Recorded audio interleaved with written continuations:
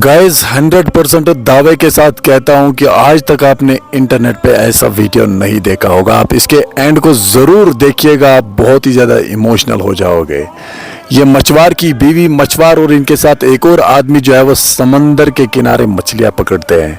मछुआर की बीवी एक ईंट उठा के इस समंदर के अंदर डाल देती है और यहाँ से चली जाती है।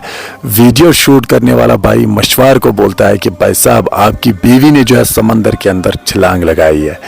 ये सुनने के बाद मछुआर के होश उड़ जाते हैं और ये यहाँ बिना कुछ सोचे समझे देखे इस समंदर के अंदर जंप कर देता है और यहाँ पे अपनी बीवी को ढूंढने की कोशिश करता है। ये देखने के बाद इसकी बीवी जो है वो समंदर के किनारे से इस मछुआर को आवाज़ देती है और ये फिर हैरान हो जाता है। इस समंदर से ये तुरंत बाहर निकलता है और मछुआर अपनी बीवी को गले लगा के बहुत ही ज़्यादा इमोशनल ये सीन हो जाता है।